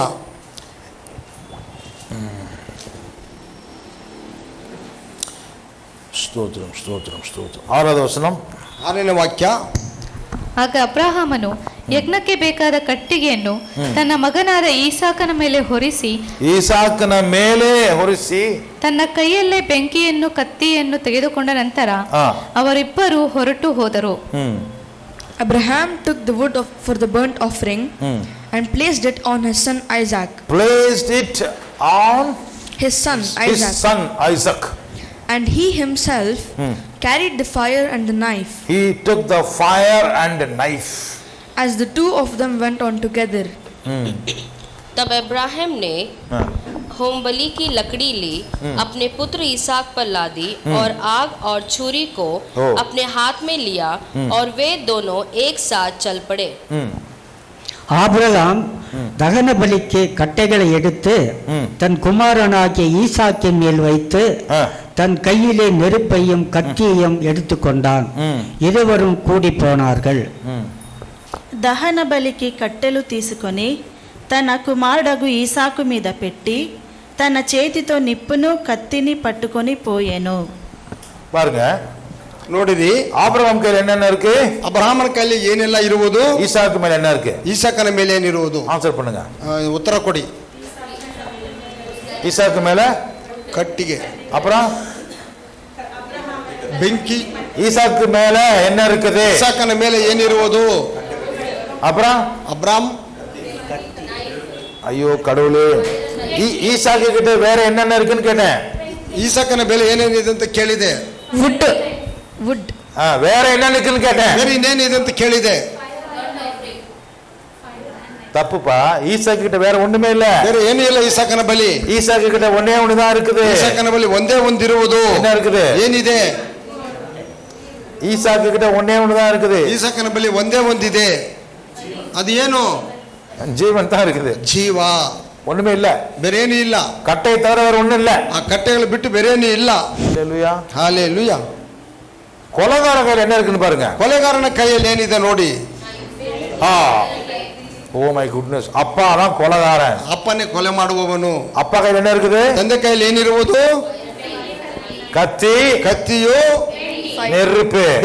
ಬೆಂಕಿ, கத்தி, ಕತ್ತಿ, நெருப்பு. ಬೆಂಕಿ, கத்தி, ಕತ್ತಿ உயிர் எடுக்கிறதுக்கு, ಜೀವ ತೆಗೆಯುವುದಕ್ಕೆ, நெருப்பு ಬೆಂಕಿ தகிசுவதுக்கு, ದಹಿಸುವುದಕ್ಕೆ, ಸುಡುವುದಕ್ಕೆ. கொலைகாரன் யாரு? ಕೊಲೆಗಾರನು ಯಾರು? அப்புறம் ಅಬ್ರಾಮನು. கர்த்தருக்கு ಯೆಹೋವನಿಗೆ அவன் காட்டின அன்பு, ಅವನು ತೋರಿಸಿದಂತ ಪ್ರೀತಿ, எனக்கன்னே இருக்கணுங்கிற அந்த பரிசை கூட ತನಗಂತೆ ಇರುವಂತ ಆ ಬಹುಮಾನವನ್ನು ಕೂಡ நான் நேசிக்கிறேன் தேவனுக்கே அர்ப்பணித்திருவேன், ನಾನು ಪ್ರೀತಿಸುವಂತ ದೇವರಿಗೆ ನಾನು ಸಮರ್ಪಿಸುತ್ತೇನೆ. ஹல்லேலூயா. ಹಾಲೆಲೂಯಾ. மகனை பலிபீடம் வரைக்கும் கூட்டிட்டு போறான், போடா போ, செத்தாலும் பரவாயில்ல போ.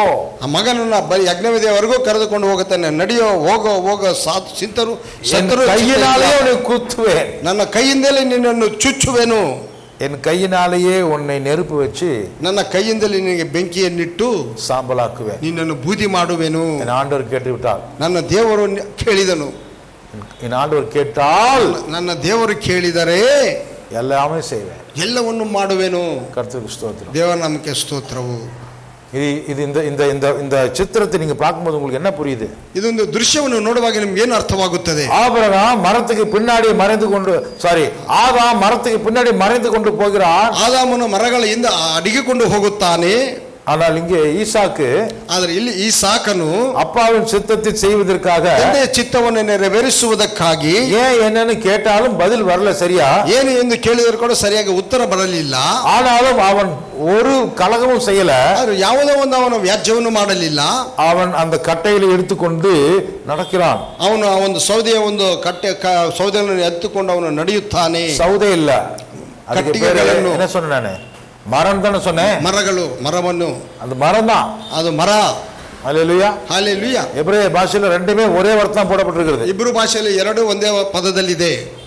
பச்சை மரத்துக்கும் எட்ஸ் தான், ಹಸಿರಾದಂತ ಮರಕ್ಕೂ ಎಡ್ಸ್. வெட்டப்பட்ட விறகுக்காக வைத்திருக்கக்கூடிய கட்டைகளும் கூட அதே ஏட்ஸ்க்கு தான் போட்டிருக்குது. ಕತ್ತರಿಸಿ ಒಣಗಿ ಹೋದಂತ ಆ ಒಂದು ಸೌದೆಗೂ ಕೂಡ ಅದೇ ಏಡ್ಸ್ ಅನ್ನೋ ಹೆಸರು ಇದೆ. மரம் தான், ಮರವೇ. மரம் உலர்ந்தாலும் அந்த மரம் தான், ಅದು ಒಣಗಿದ್ದರೂ ಅದು ಮರವೇ. சிலுவையும் மரம் தான், ಶಿಲುಬೆಯು ಮರವೇ. ஹல்லேலூயா. ಹಾಲೆಲೂಯಾ. ஆண்டவர் மரங்களை உண்டு பண்ணினார், ದೇವರು ಮರಗಳನ್ನು ಸೃಷ್ಟಿ ಮಾಡಿದನು. எல்லா மரங்களினுடைய கனியை நீ சாப்பிடு, ಎಲ್ಲ ಮರಗಳ ಫಲಗಳನ್ನು ನೀನು ತಿನ್ನು. சாப்பிடக்கூடிய பழங்கள் தான், ಅವೆಲ್ಲವೂ ತಿನ್ನುವಂತ ಫಲಗಳೇ. ஒரு மரத்தினுடைய கனியை நீ புசிக்காதே. ಒಂದು ಮರದ ಫಲವನ್ನು ನೀನು ತಿನ್ನಬೇಡ. ஏன்? ಏಕೆ? அது சாப்பிடும் நாளிலே நீ என்னை விட்டு பிரிந்து விடுவாய். ಅದನ್ನು ತಿನ್ನಂತ ದಿನದಲ್ಲಿ ನನ್ನನ್ನು ಬಿಟ್ಟು ನೀ ಬೇರ್ಪಡುವಿ. அதனால நீ அதை சாப்பிட வேண்டாம். ಆದ್ದರಿಂದ ಅದನ್ನು ನೀನು ತಿನ್ನಬೇಡ. சாப்பிட முடியுமா? ಅದು ತಿನ್ನಲಿಕ್ಕೆ ಸಾಧ್ಯನೇ? முடியும். ಸಾಧ್ಯ. நல்லா இருக்குமா? ಚೆನ್ನಾಗಿರುತ್ತದೆಯೇ? நல்லதா இருக்கும். ಚೆನ್ನಾಗಿರುತ್ತೆ. சாப்பிட்டா என்ன ஆகும்? ತಿಂದರೆ ಏನಾಗುತ್ತದೆ? நல்லது எது கெட்டதுன்னு தெரிந்து கொள்வாய். ಒಳ್ಳೆಯದಾವುದು ಕೆಟ್ಟದ್ದು ಎಂದು ನೀನು ತಿಳಿದುಕೊಳ್ಳುತ್ತಿ. தெரிந்து கொண்ட என்ன ஆகும்? ತಿಳಿದುಕೊಂಡ ಏನಾಗುವುದು? நல்லதை நீ தெரிந்து கொள்வதை போல ಒಳ್ಳೆಯದನ್ನು ನೀನು ತಿಳಿದುಕೊಳ್ಳುವಂತೆಯೇ ಕೆಟ್ಟதையும் நீ அனுபவிச்சு பார்க்கலாம்னு நினைச்சு ಕೆಟ್ಟದನ್ನು ನಾನು ಅನುಭವಿಸಬೇಕೆಂದು ನೀನು ಅಂದುಕೊಂಡು என்னை விட்டு பிரிந்து போவாய். ನನ್ನನ್ನು ಬಿಟ್ಟು ನೀನು ಬೇರ್ಪಟ್ಟು ಹೋಗುತ್ತಿ. ஹல்லேலூயா. ஹல்லேலூயா. கீழ்ப்படிஞ்சால் ஆசீர்வாதம். ஹல்லேலூயா. ವಿಧೇಯರಾದರೆ ಆಶೀರ್ವಾದವು. ಹಲ್ಲೇಲೂಯಾ. கீழ்ப்படியாமல் போனால் சாபம் வருமாமே. ವಿಧೇಯರಾಗದೆ ಹೋದರೆ ಶಾಪ ಬರುತ್ತದಲ್ಲ.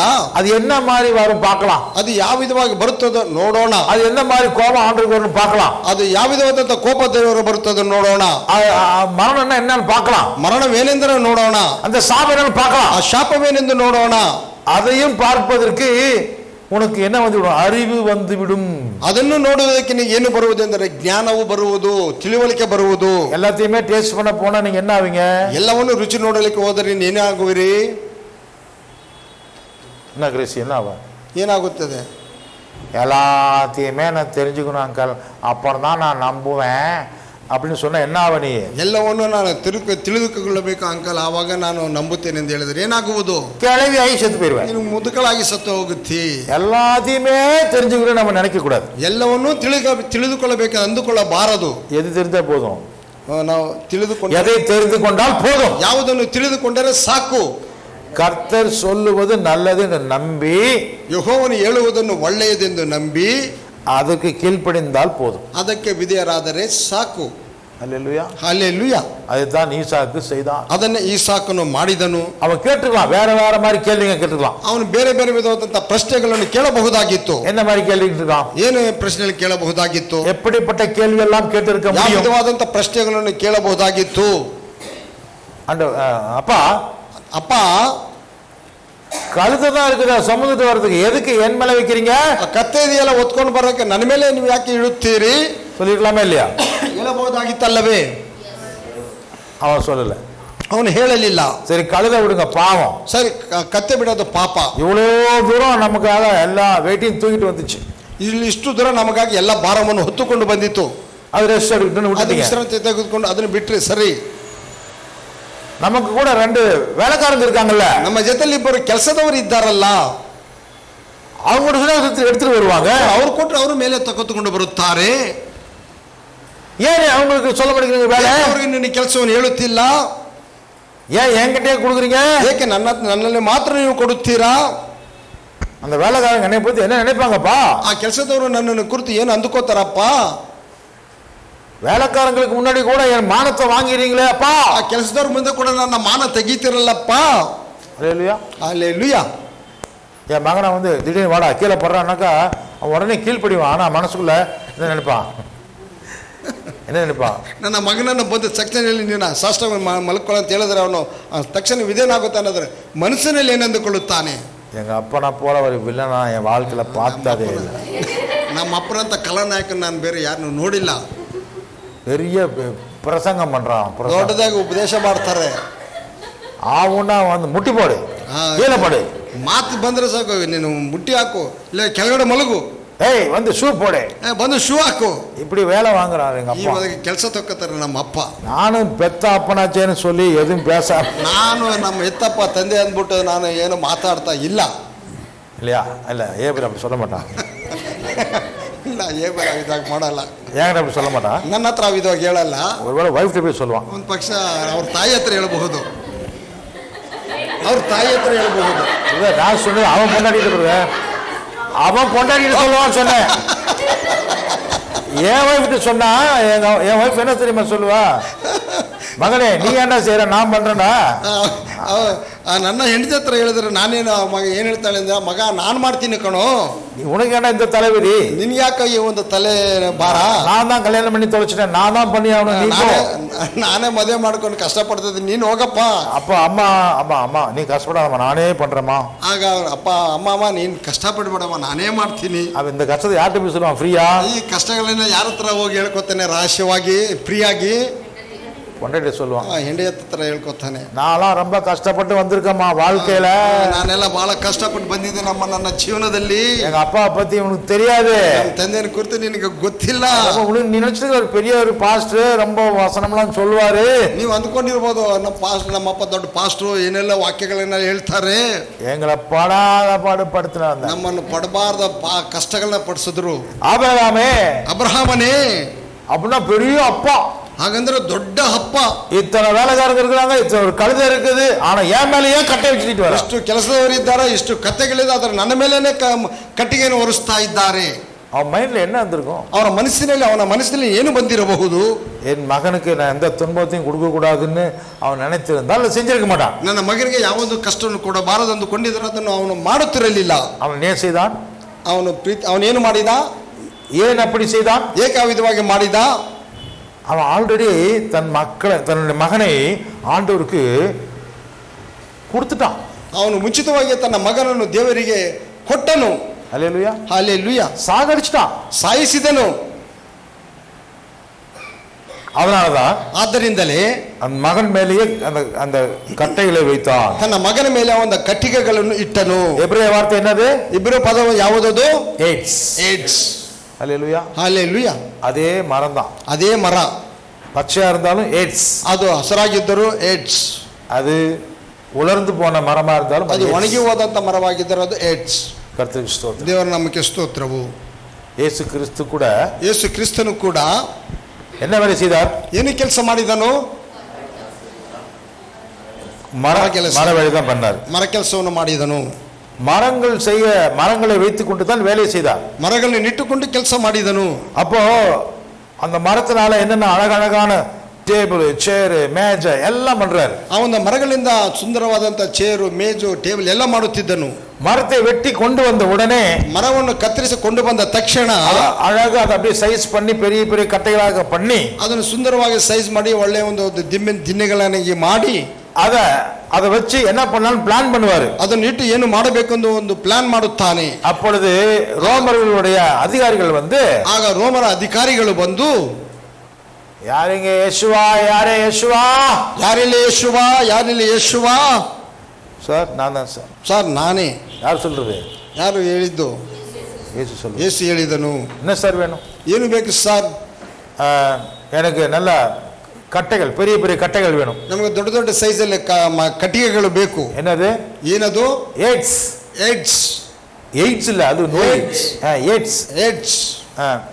அங்க அங்க வச்சிருக்கேன், அது கொடு ಸರ್. ಅಲ್ಲಿಟ್ಟಿದ್ದಲ್ಲ, ಅದನ್ನು ಕೊಡು. சார் இது இவ்வளவு பெரிய கட்டை எதுக்கா? ಸರ್ ಇಷ್ಟು ದೊಡ್ಡ ಕಟ್ಟಿಗೆ ಯಾಕೆ ನಿಮಗೆ? ஒரு ஆளை சிலுவையில தூக்கி போடணும், அதுக்காக. ಒಬ್ಬ ಮನುಷ್ಯನ ಸಿಲುಬೆಯಲ್ಲಿ ನಾವು ಹಾಕಬೇಕು. சிலுவையில போடுறதுக்கு, ಸಿಲುಬೆಯಲ್ಲಿ ಹಾಕುವುದಕ್ಕೆ இந்த மரம் வேண்டும், ಈ ಮರ ಬೇಕು. அப்போ ಆಗ அந்த காலத்துல அந்த மரங்களை பத்தி ஸ்டடி பண்றவங்களுக்கு புரியும் அது என்ன மாதிரி மரம்னு சொல்லி. ಆ ದಿನಗಳಲ್ಲಿ ಆ ಮರಗಳನ್ನು ಕುರಿತು ಸ್ಟಡಿ ಮಾಡಿದವರಿಗೆ ಗೊತ್ತಿರುತ್ತದೆ ಅದು ಯಾವ ವಿಧವಾದಂಥ ಮರವೆಂದು. அந்த மரம், ಆ ಮರ ஒரு உயிரை எடுப்பதற்காக கொடுக்கப்படக்கூடிய ஒரு மரம். ಒಂದು ಜೀವವನ್ನು ತೆಗೆಯುವುದಕ್ಕಾಗಿ ಕೊಡಲ್ಪಡುವಂತ ಒಂದು ಮರವು. அந்த மரத்திலே யாரை தூக்கி போடுகிறார்களோ அவன் சபிக்கப்பட்டவன். ಆ ಮರದ ಮೇಲೆ ಯಾರನ್ನು ಅದರಲ್ಲಿ ಎತ್ತಿ ಹಾಕುತ್ತಾರೋ ಅವನು ಶಪಿಸಲ್ಪಟ್ಟವನು. கலாத்தியர்களின் நிருபம், ಗಲಾತ್ಯರಿಗೆ ಬರೆದ ಪತ್ರಿಕೆ 3ாம் அதிகாரம் 3ನೇ ಅಧ್ಯಾಯ 13. 13 ಗಲಾತ್ಯರು 3 verse 13. 3ನೇ ಅಧ್ಯಾಯ 13ನೇ ವಾಕ್ಯ. मसीह ने जो हमारे लिए शापित बना, हमें मोह लेकर व्यवस्था के शाप से छुड़ाया, क्योंकि लिखा है, जो कोई काठ पर लटकाया जाता है वह शापित है. पड़क नवासी. Christ redeemed us from the curse of the law by becoming a curse for us. He became the curse for us. For it is written, cursed is everyone who is hung on a tree. மரத்தின் மேலே தொங்கும்படி விடப்பட்டவன் சபிக்கப்பட்டவன். மரಕ್ಕೆ தூகாக்கப்பட்ட பிரதியொಬ್ಬನು ಶಾಪಗ್ರಸ್ತನು என்று எழுதியிருக்கிறபடி கிறிஸ்து நமக்காக சாபமாகி நியாயப்பிரமாணத்தின் சாபத்திற்கு நம்மை நீங்களாக்கி மீட்டு கொண்டார். இல்ல 13வது வசனம் 13. இது வந்து 13 14 ரெண்டு கன்னடத்தில் இருக்கு. நீங்க வாசிக்கிறது எந்த பாஷையில வாசிக்கிறீங்க? 13 பிரதர். நான் வாசிக்கிறேன் பாருங்க. மரத்திலே தூக்கப்பட்ட எவனும் சபிக்கப்பட்டவன் என்று எழுதியிருக்கிறபடி கிறிஸ்து நமக்காக சாபமாகி நியாயப்பிரமாணத்தின் சாபத்திற்கு நம்மை நீங்களாக்கி மீட்டு கொண்டார். அது எந்த வசனம்? அதே தான் பிரதர், இப்போ படித்ததே தான். கலாத்தியர் 3:13. இன்னொரு வாசிங்க. மரத்திலே தூக்கப்பட்ட எவனும் சபிக்கப்பட்டவன் என்று எழுதியிருக்கிறபடி கிறிஸ்து நமக்காக சாபமாகி நியாயப்பிரமாணத்தின் சாபத்திற்கு நம்மை நீங்களாக்கி மீட்டு கொண்டார். ஆமென். Praise the Lord. Praise the Lord. இதுவும் இங்க சொல்லப்பட்ட அந்த மரத்தினுடைய பேர் வந்து எபிரேயத்துல அதே ஏட்ஸ். ಇದು ಇಬ್ರು ಪದದಲ್ಲಿ ಒಂದು ಮರದ ಹೆಸರು ಏಡ್ಸ್. கர்த்தருக்கு ஸ்தோத்திரம். ಏಡ್ಸ್. இயேசு கிறிஸ்து மரத்திற்கு பின்பாக மறைந்து கொண்டாரா? இயேசு கிறிஸ்து மರದ ಹಿಂದೆ ಅವಿತುಕೊಂಡನೆ அல்லது மரத்திலே அவர் தொங்கினாரா? மரದಲ್ಲಿ ಆತನು ತೂಗಾಕಲ್ಪಟ್ಟನೆ. கர்த்தருக்கு ஸ்தோத்திரம். ದೇವರ ನಾಮಕ್ಕೆ ಸ್ತೋತ್ರವು. ஆதாமுக்குள்ள இருந்தா நாம மரத்துக்கு முன்னாடி வர மாட்டோம். ಆದಾಮನೊಳಗಿದ್ದರೆ ನಾವು ಮರದ ಮುಂದೆ ಬರುವುದಿಲ್ಲ. ಯೇಸುವಿಗೆ ಮುಂದಾಗ வர மாட்டோம். ಯೇಸುವಿನ ಮುಂದೆ ಬರುವುದಿಲ್ಲ. நாம் எங்க போயிருவோம்? ನಾವು ಎಲ್ಲಿ ಹೋಗುತ್ತೇವೆ? மரத்துக்கு பின்பாக மறைந்து கொள்ளுவோம். ಮರದ ಹಿಂದೆ ನಾವು ಅಡಗಿಕೊಳ್ಳುತ್ತೇವೆ. ஏன்? ಏಕೆ? அவருக்கு பிடிக்காத விஷயங்கள் நம்மகிட்ட இருக்குது, மறைக்கணும். அதுக்காக ಅವರಿಗೆ ಇಷ್ಟವಾಗದ ಒಂದು ವಿಷಯಗಳನ್ನ ನಾವು ಮರೆ ಮಾಡುವುದಕ್ಕಾಗಿ. எல்லா கூட்டங்களுக்கு நம்ம போனா நம்முடைய சின் எக்ஸ்போஸ் ஆயிரும் பயம். ಎಲ್ಲ ಕೂಟಗಳಿಗೆ ನಾವು ಹೋದರೆ ನಮ್ಮ ಚರ್ಮ, நம்முடைய பாவம் வெளிப்பட்டு விடுமே என்கிற பயம். ನಮ್ಮ ಪಾಪವು ಅಧಿಕ ಪ್ರಕಟವಾಗುತ್ತದೆ ಒಂದು ಭಯವು. ಎಲ್ಲರಿಗೂ ನೋಡ್ಬಿಡ್ತಾರಲ್ಲ, ಎಲ್ಲರೂ ನೋಡುತ್ತಾರಲ್ಲವೇ. ಸೈತಾನ್ ನೋಡಮಾட்டான், ಸೈತಾನನು ಬಿಡುವುದಿಲ್ಲ. அதான் பண்ணா ஆதாமுக்கு, ಅದನ್ನೇ ಮಾಡಿದನು ಆದಾಮನಿಗೆ. என்ன சொன்னா? ಏನು ಹೇಳಿದನು? போச்சா, அவமானம் ஆயிடுச்சா, ஆயிடுச்சா, ಹೋಯ್ತಾ ಅವಮಾನ ಆಯ್ತಾ ನಿನಗೆ? போ போ போ, முன்னாடி போயிடாத, ஆண்டுட்டு போயிடாத, ಹೋಗು ಹೋಗು, ದೇವ್ರ ಮುಂದೆ ಹೋಗ್ಬೇಡ, எஸ்கேப் எஸ்கேப் எஸ்கேப், ತಪ್ಪಿಸ್ಕೋ ತಪ್ಪಿಸ್ಕೋ, கண்ணுக்கு முன்னாடி வந்துடாத, மாட்டிக்குவ, ಕಣ್ಣಿನ ಮುಂದೆ ಬರಬೇಡ, ನೀನು ಸಿಕ್ಕಿಕೊಳ್ಳುತ್ತಿ. இன்னைக்கு அநேகர் சபைக்கு வரலன்னா அதுக்கு காரணம் இதுதான் நான் யோசிக்கிறேன். ಇಂದು ಅನೇಕರು ಇದನ್ನೆಲ್ಲ ಸಭೆಗೆ ಬರಲಿಲ್ಲವೆಂದರೆ ಅದೇ ಕಾರಣವಿರಬಹುದು ಎಂದು ನಾನು ಯೋಚಿಸುತ್ತೇನೆ. அப்படித்தான் யோசிக்கிறேன், எனக்கு தோணுது. ಆ ವಿಧವಾಗಿ ಯೋಚನೆ ಮಾಡುವಂತದ್ದು ಕಾಣುತ್ತದೆ. கர்த்தருக்கு முன்பாக ஏன் வர மாட்டேங்கிறாங்க? ಕರ್ತನ ಮುಂದೆ ಏಕೆ ಅವರು ಬರುತ್ತಿಲ್ಲ? பாஸ்டர், கர்த்தருக்கு முன்னாடி நான் வருவேன், உங்க மூஞ்சிக்கு தான் நான் பார்க்க மாட்டேன். ಸರ್, ಪಾಸ್ಟರ್ ಕರ್ತನ ಮುಂದೆ ನಾನು ಬರುತ್ತೇನೆ, ನಿಮ್ಮ ಮಕ್ಕ ನನಗೆ ನೋಡಕ್ಕೆ ಇಷ್ಟ ಇಲ್ಲ அப்படி நினைக்கிறவங்க தயவு செய்து வேற எங்கேயாவது போயிருங்க. ಆ ವಿಧವಾಗಿ ಅಂದುಕೊಳ್ಳೋರು ಬಿಟ್ಟು ನೀವು ಎಲ್ಲಿಗೆ ಬೇಕಾದ್ರೂ ಹೋಗಬಹುದು. ஆனா ஆண்டவர்ட்ட போங்க, ಆದ್ರೆ ದೇವರ ಬಳಿಗೆ ಹೋಗಿರಿ. அல்லேலூயா, அல்லேலೂಯಾ. என்னை பிடிக்கலன்னா தயவு செய்து நீங்க வரவே வேண்டாம். ನಾನು ಇಷ್ಟವಿಲ್ಲದರೆ ದಯವಿಟ್ಟು ನೀವು ಬರಲೇಬೇಡಿರಿ. ஆனா ஆண்டவர்ட்ட கண்டிப்பா நீங்க போங்க. ಆದ್ರೆ ದೇವರ ಬಳಿಗೆ ನಿಶ್ಚಯವಾಗಿ ನೀವು ಹೋಗಿರಿ.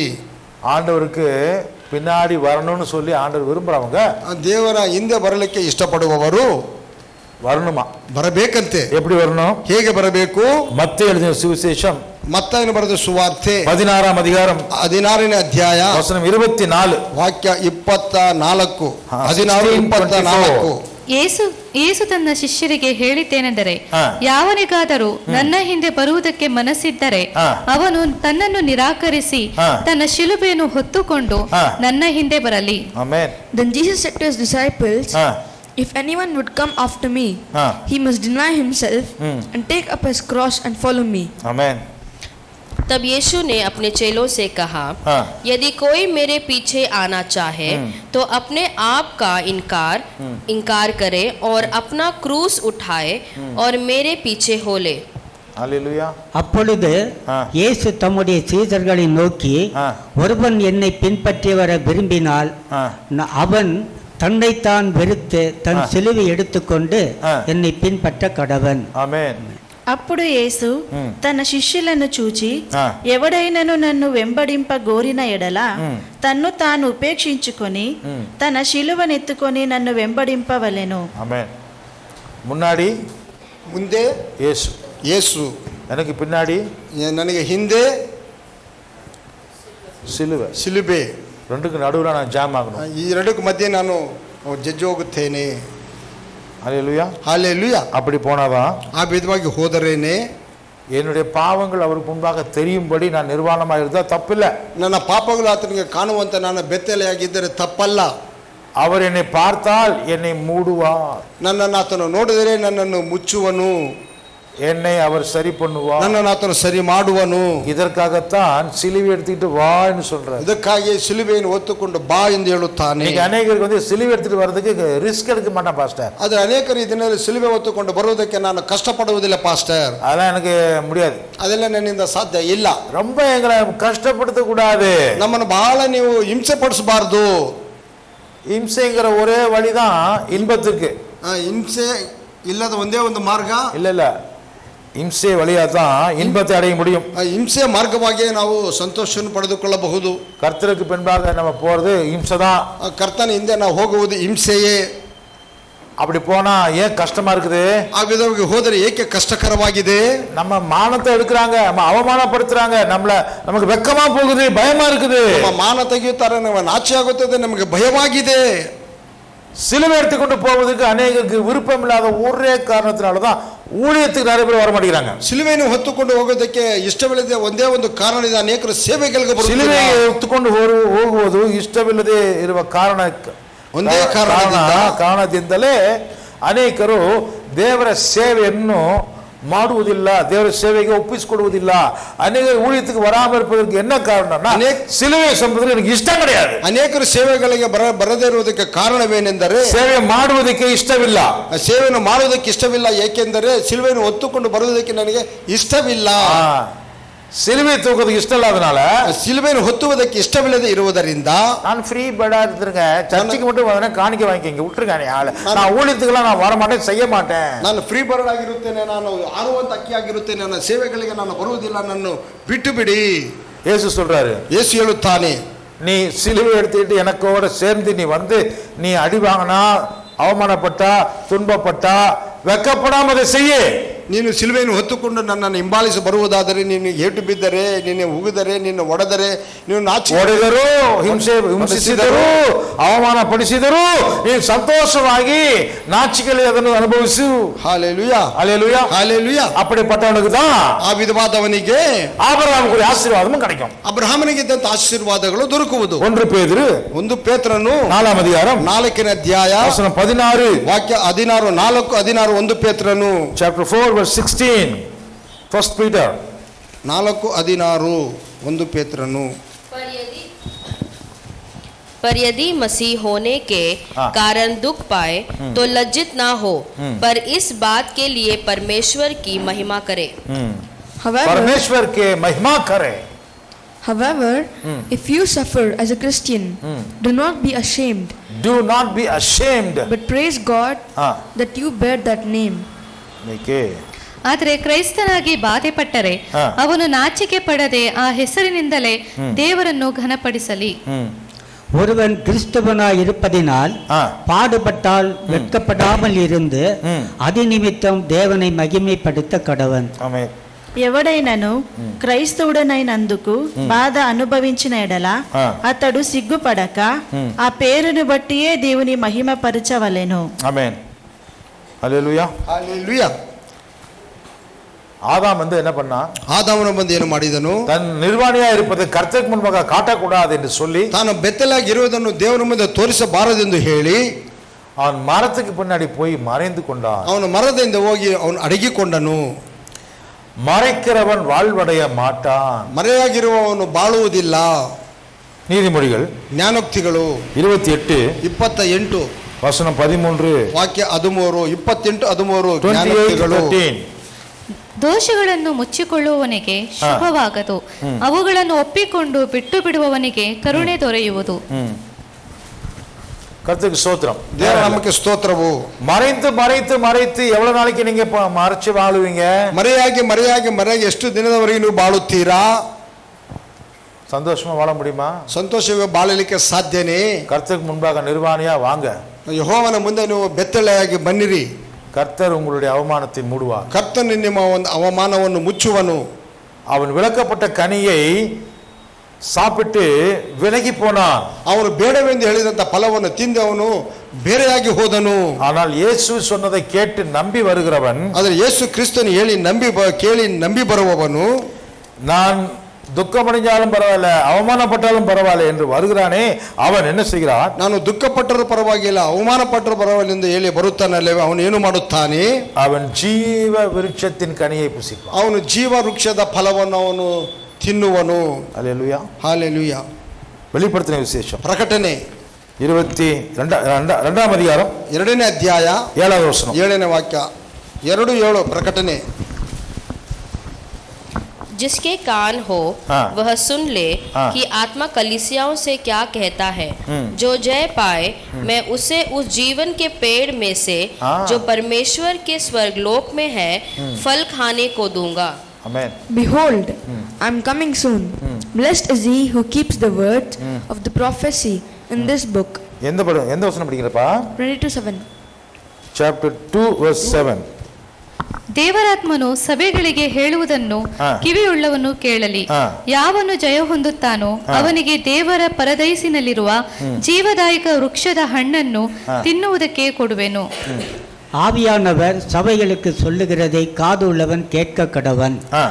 ஜெயம் கொள்ளுகிறவன் எவனோ ஆ. அவனுக்கு தேவனுடைய பரதேசின் மத்தியில் இருக்கிற ஆ. ஜீவ விருட்சத்தின் கனியை புசிக்க கொடுப்பேன் என்றெழுது. 22ஆம் அதிகாரத்துல 14வது வசனம் 22:14 படிங்க. 22:14 Blessed, ಪ್ರಕಟಣೆ. blessed are those Ah. who wash their robes, Ah. that they may have the right to the tree of life. 22:14 பா. Uncle. धन्य वे हैं जो अपने वस्त्र धो लेते हैं, क्योंकि उन्हें जीवन के वृक्ष के पास आने का अधिकार मिलेगा और वे फाटकों से होकर नगर में प्रवेश करेंगे. அதுல ட்ரீ ஆஃப் லைஃப் வருதா? படி இன்னொரு தடவை. Blessed are those who wash their robes, that they may have the right to the tree of life, ஆ. and may go through the right to the tree of life. Okay. And may go Shall we all rise? ತೆಗೆದುಕೊಳ್ಳೋಣ. ஆதாம் ಆದಾಮನು மரத்துக்கு பின்பாக ஒளிந்து கொண்டான். ಮರದ ಹಿಂದೆ ಅಡಗಿಕೊಂಡನು.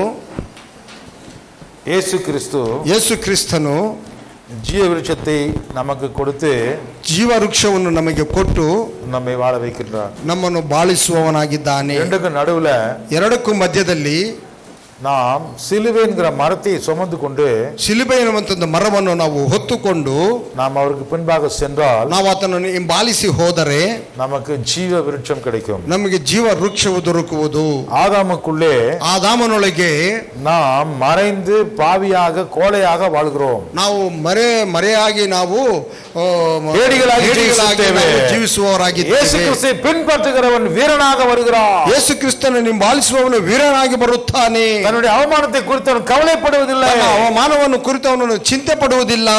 பாடுகளை குறித்து வெட்கப்படுவதில்லை. ಬಾಧೆಗಳನ್ನು ಕುರಿತು ನಾಚಿಕೆ ಪಡುವುದಿಲ್ಲ. ஆதாமுக்குள்ளே இருந்தா ಆದಾಮನೊಳಗಿದ್ದರೆ உங்களுக்கு சுய மரியாதை தான் ரொம்ப பெருசு. ನಿಮಗೆ ಸ್ವಂತ ಮರ್ಯಾದೆ ನಿಮಗೆ ದೊಡ್ಡದು. கிறிஸ்துக்குள்ள இருந்தா ಕ್ರಿಸ್ತನೊಳಗೆ ಇದ್ದರೆ அதை பத்தி எல்லாம் கவலை கிடையாது. ಅದನ್ನು ಕುರಿತು ನಾವು ಚಿಂತೆ ಪಡುವುದಿಲ್ಲ. கர்த்தருக்காக எதையுமே நான் விட்டு கொடுப்பேன். ದೇವರಿಗಾಗಿ ನೀನೇನು ಬೇಕಾದರೂ ಬಿಟ್ಟು ಕೊಡುತ್ತೇನೆ. எதையுமே விட்டு கொடுப்பேன். எல்லாத்தையுமே விட்டு கொடுப்பேன். ಯಾವುದನ್ನು ಬೇಕಾದರೂ ಬಿಟ್ಟು ಕೊಡುತ್ತೇನೆ, ಎಲ್ಲವನ್ನೂ ಬಿಟ್ಟು ಕೊಡುತ್ತೇನೆ. சிலுவையில சாகுவதற்கு என்னை ஒப்பு கொடுப்பேன். ಶಿಲುಬೆಯಲ್ಲಿ ಮರಣ ಹೊಂದುವುದಕ್ಕೂ ನನ್ನನ್ನು ನಾನು ಒಪ್ಪಿಸಿಕೊಡುತ್ತೇನೆ. என் குடும்பத்தையே கூட விட்டு கொடுப்பேன். ನನ್ನ ಕುಟುಂಬವನ್ನು ಬೇಕಾದರೂ ಬಿಟ್ಟು ಕೊಡುತ್ತೇನೆ. எனக்கு ஆண்டவர் ஜீவ விருட்சத்தை தருவார். ನನಗೆ ದೇವರು ಜೀವ ವೃಕ್ಷದ ಫಲವನ್ನು ಕೊಡುತ್ತಾನೆ. கர்த்தர் அந்த கனியை என்னை புசிக்க வைப்பார். ಕರ್ತನು ನನಗೆ ಆ ಫಲವನ್ನು ತಿನ್ನುವಂತೆ ಮಾಡುತ್ತಾನೆ. அவரோடு கூட உட்காருகிற கிருபை தேவன் எனக்கு கொடுப்பார். ಒಟ್ಟಿಗೆ ಕುಳಿತುಕೊಳ್ಳುವಂತ ಒಂದು ಭಾಗ್ಯವನ್ನು ನನಗೆ ಕೊಡುತ್ತಾನೆ. கர்த்தர் உங்களை ஆசீர்வதிப்பாராக. ದೇವರು ನಿಮ್ಮನ್ನು ಆಶೀರ್ವದಿಸಲಿ. இந்த பிரகாரமாக நாம் ஜெபம் செய்வோம். ನಾವು ನಿಂತ ಪ್ರಕಾರವಾಗಿ ನಾವು ಪ್ರಾರ್ಥನೆ ಮಾಡೋಣ.